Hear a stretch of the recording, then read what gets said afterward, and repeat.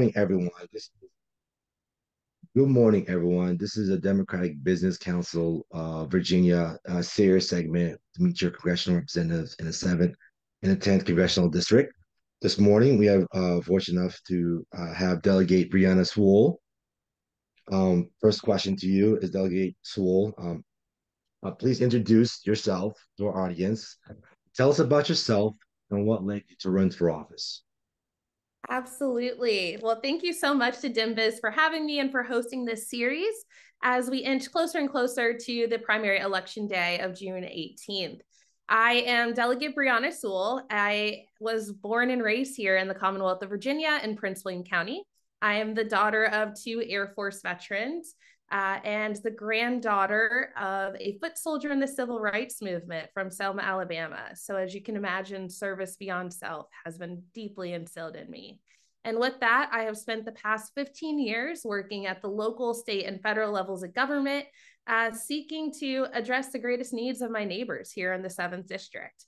And I did so in the capacity of serving as district director for Congressman Connolly in the Prince William County area. I went on to work for the Campaign for a Family-Friendly Economy, which advocates for working families at the local and state levels of government by partnering with the small business owners throughout the region. I have had the pleasure of serving as chief of staff to the chair of Prince William County government, and now I serve as a member of the House of Delegates. When I first ran, I ran to represent the 51st district, which was deemed a toss-up in the 2021 election cycle. And this district spanned from Lake Ridge to Nokesville. It ran from being deep suburbia to being deep rural, being deep blue to being deep red. And I had the pleasure of carrying each and every story of the constituency with me.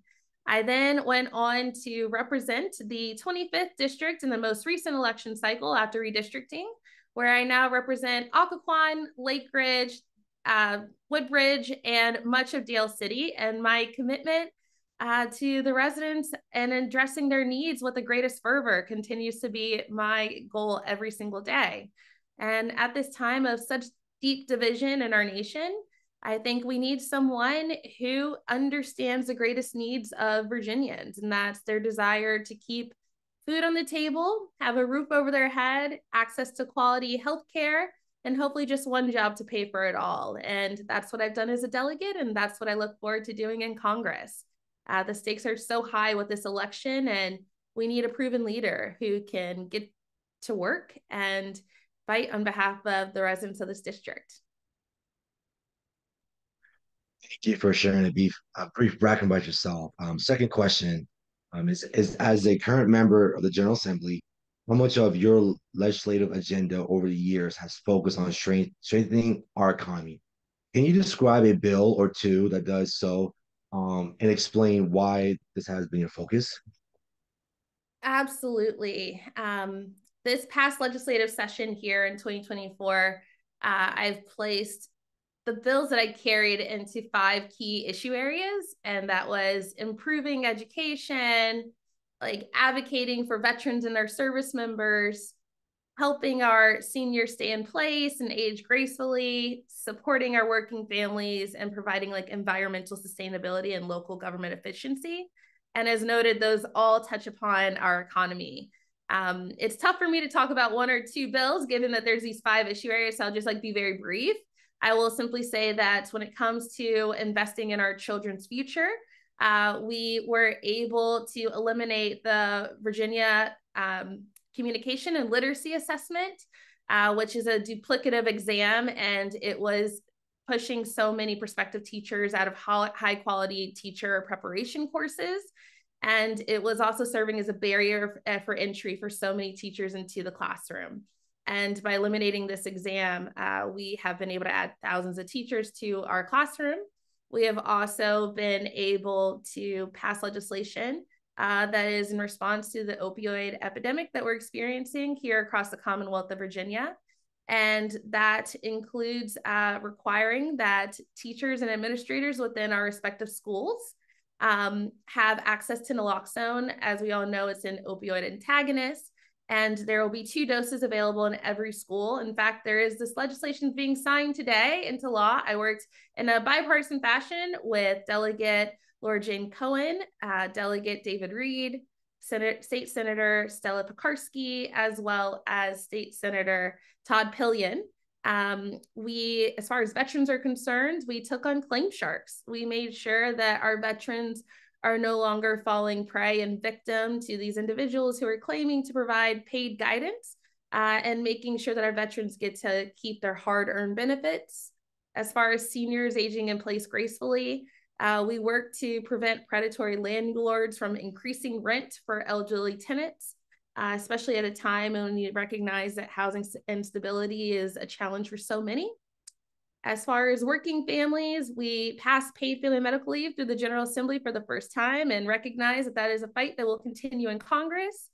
And as far as the environment and local government is concerned, we worked with the Virginia Department of Energy to try to address many of the barriers and prevent bureaucracy from holding up and providing red tape for opportunities to purchase clean energy, as well as just be an energy solvent for the future. As a veteran, I could tell you thank you for your diligence and work, and I'm sure you may not know right now, or just like Governor Young is taking some flack for the Virginia Military Survivors and Benefits Education Program. It's part of the budget. It's also part of it's instilled with our federal stature. Third question for you is the 7th Congressional District has a diverse array of priorities. Could you share some of your issue areas that you plan on focusing and explain why? Yeah, so the 7th district spans from the I-95 corridor, including Prince William County, Fredericksburg, Stafford, Spotsylvania, goes all the way down to King George and Caroline, sweeps across Culpeper, and then hits the remainder of the Piedmont region. So you have Madison, Orange, and Greene, as well as 36 voters down in Albemarle County. So as a result of the diverse district, there are a few key issue areas, though, that are front of mind and top of mind for the Virginia families.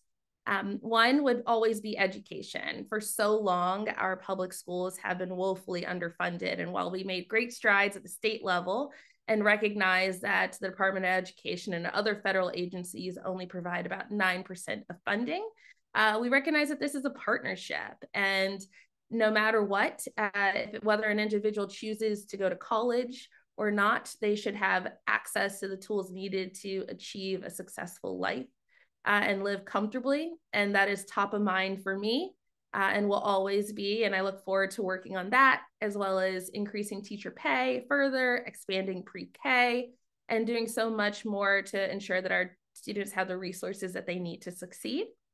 As far as cost of living, we recognize that when you look at your respective budgets at home, they look a little different these days. Whether it's childcare, where we know that in-state childcare is more expensive than in-state tuition at any of our fine public universities for so many families, or we're talking about the need for paid family and medical leave so that you can care for yourself or a loved one during a challenging time, or if we're simply talking about housing prices, which are rising faster here in the Commonwealth of Virginia than they are nationally. And that's partially to the unique experience of residents of the 7th. 75% of the 7th district residents are homeowners. And as a result, we're experiencing the locked-in effect, which means that so many individuals are staying within their homes that it's not creating that sense of turnover and the stock and supply of housing for those who wish to join us here in the 7th. And while there are so many homeowners, that says it doesn't stop the desire for others to relocate to this region. And that's something that we have to address and make sure that we are addressing supply and demand. We also have a very large farm community here in the district, and I will always do what I can to back our farmers who are producing crop and livestock, and will ensure that they have the adequate policy and infrastructure that they need to ensure sustained farming for the future, as well as support for our rural economies. And of course, reproductive health has continued to be top of mind for so many residents here in the 7th. We know that Virginia has made it clear that we want to protect abortion rights. And frankly, that's why this race is so important. And I am grateful to be the only candidate here in the 7th Congressional District primary who has an A+ rating from Repro Rising for this year for my commitment to protecting reproductive freedom. And I will do the same in Congress. Well, thank you for sharing, especially your voters with 36 possible voters in that little area of bubble. That's actually impressive. Two more questions for you. Fourth question is from a quick search. In addition to the 12 committees and subcommittees, bear with me, that you served on during the legislative session. You also served on 8-year-long boards and commissions, such as the Virginia Housing Commission, the Opioid Investment Authority, and the PRTC Board of Commission. Among others, how will you use that experience to address key challenges experienced in the residents in the 7th?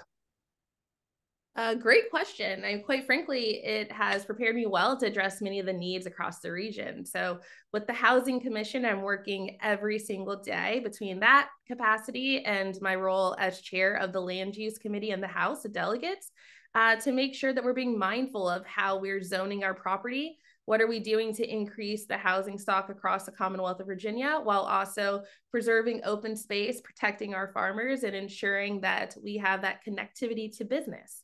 The same can be said about my role with the PRTC Commission. As one of the commissioners for PRTC, we have noticed post-pandemic that the shift in perspective has gone away from providing transportation out of the region to individuals who are traveling towards Washington, D.C. for work, and has focused more on providing a sense of transit connectivity and multimodal improvements to make sure that we can connect you to the Metro Rail, so that we can connect you to the VRE, but more importantly, to ensure that we're able to partner with businesses and provide on-time running of local transit options for residents throughout the region. And we're expecting only further expansions for years to come. And then lastly, with the opioid abatement authority, as a member of the opioid abatement authority, I'm working very closely with many of my colleagues in a bipartisan fashion to ensure that we are responding to the current crisis around fentanyl and making sure that localities are being made as whole as possible so they can respond to the needs of their residents as well.